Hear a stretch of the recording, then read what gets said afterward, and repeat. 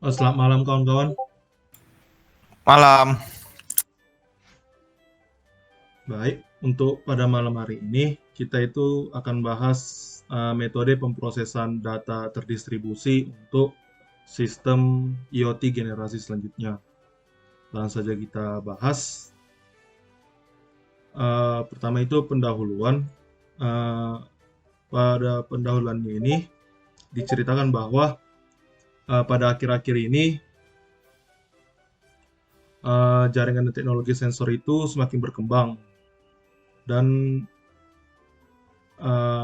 manfaat yang diperoleh dari big data yang dihasilkan teknologi tersebut itu semakin meningkat dan dapat dirasakan semakin besar. Namun tidak seperti dulu-dulu, sensornya itu masih simple seperti mengukur suhu, mengukur kelembapan dan percepatan. Sekarang itu kita membutuhkan sistem, dibutuhkan kekuatan komputer dan tenaga listrik yang lebih besar. Karena itu banyak permintaan untuk membuat device, sebuah perangkat yang mampu mengolah data besar ini dengan cepat, namun dengan daya yang lebih rendah. Namun itu susah diimplementasikan. Jadi di sini developernya ini ingin membuat sebuah lingkungan dan diberikan sebuah perintah dari server cloud untuk mencoba mengatasi permintaan tersebut dengan membuat sebuah server yang dapat mengoperasikan beberapa perangkat IoT. Di sini dalam teknologi sekarang tentang IoT itu banyak perangkat yang tertanam secara konvensional. Beberapa perangkat lunak itu diimplementasikan dalam satu perangkat keras dan hanya memiliki satu fungsi secara independen. Dan di sini sesuai dengan evolusi teknologi LSI, perangkat IoT saat ini memiliki multifungsi seperti fungsi penginderaan dan fungsi komunikasi. Namun karena kendala konsumsi daya rendah dan biaya rendah, memprosesan data itu daya yang diberikan rendah, jadi formanya menurun. Jadi di sini developernya mencoba membuat processing secara paralel. Jadi di sini ada figurnya, gambar figurnya yang di sini adalah untuk pemrosesannya itu untuk satu hardware, di sini lebih dari satu hardware.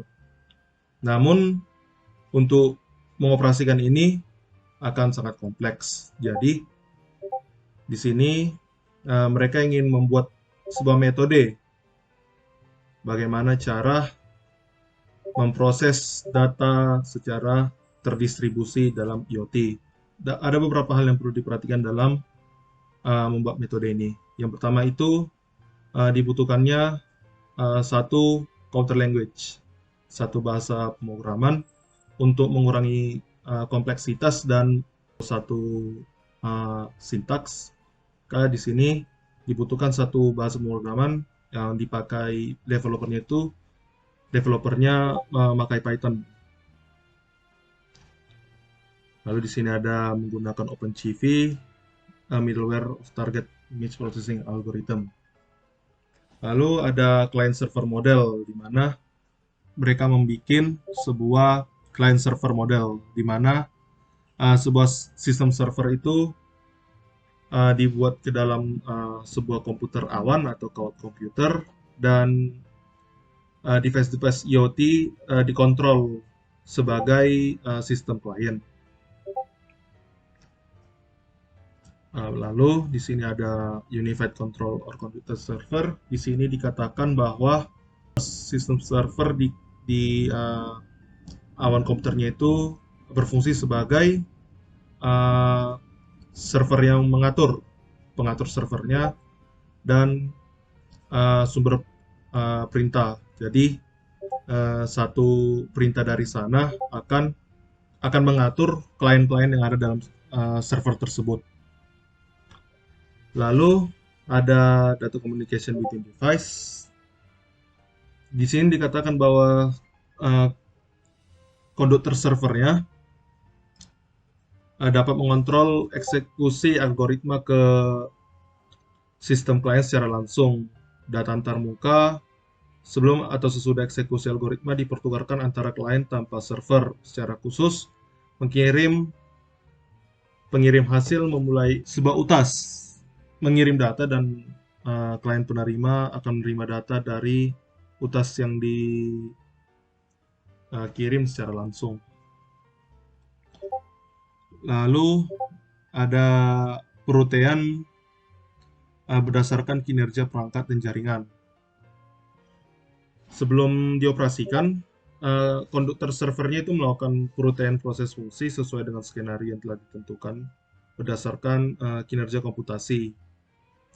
Untuk mengevaluasi fungsi dasar ini, developernya itu merancang sistem prototipe-nya itu seperti ini, yaitu dengan beberapa modul, yaitu 0, 1, 2, 3, 4, dan 5, lalu berikan satu input untuk menghasilkan satu result. Ini setiap modul ini bekerja sama, lalu kemudian resultnya itu akan dikirim ke konduktor. Lalu ada pengimplementasian prototipe dan hasilnya. Di sini pada pengujiannya, developer itu mengimplementasikan bagian dari program ANPR menggunakan pustaka OpenCV yang ditulis dalam bahasa C++, yang ditulis ke dalam ke script Python. Algoritma ini dikatakan ada 3 tahapan. Ada tahapan pre, ada tahapan rec, dan ada tahapan SVM. Di mana tahapan pre ini mencakup operasi pixel pada memori bingkai, tahap rec ini mencakup operasi pencarian pixel, dan tahap SVM ini mencakup support vektor mesin atau pembelajaran mesin operasi. Kemudian dibagi ke beberapa bagian fungsi rec menjadi segmen-segmen kecil untuk pemrosesan paralel. Selanjutnya, developernya itu menyiapkan 3 sistem yang ditanam yang memiliki kecepatan berbeda pada masing-masing model. Ada kecepatan lambat, kecepatan middle, dan kecepatan yang cepat, kecepatan tinggi. Dan dari situ akan dievaluasi waktu eksekusi dengan menggabungkan mode kecepatan di atas pada 3 tahap algoritma. Bisa dilihat di gambar 3. Kemudian untuk kesimpulannya, dengan menggunakan prototipe yang dibuat developernya, mengkonfirmasi bahwa server komputer dapat mengeksekusi skrip terdistribusi tanpa program terdistribusi khusus untuk setiap modul. Selanjutnya, developer dapat meningkatkan kinerja program pengenalan gambar pada perangkat IoT dengan spesifikasi rendah, menggunakan bahasa pemrograman terpadu dari modul yang berbeda, dan lingkungan di mana modul terhubung satu sama lain secara mendalam di internet. Developer dapat membuat layanan baru, berkelanjutan, dan dapat diperluas. Kemudian, developer juga dapat membangun jaringan sensor sementara, seperti sensor modul-modul jika terjadi bencana alam atau keadaan darurat, untuk melindungi kerentanan keamanan dari perangkat IoT konvensional ke perangkat IoT baru. Sistem baru tersebut akan dapat mengurangi risiko keamanan. Baik, ini ada referensinya. Jika ada yang salah, jika ada yang kurang, saya minta maaf. Terima kasih telah mendengarkan. Uh, Terima kasih teman-teman. Terima kasih Joy.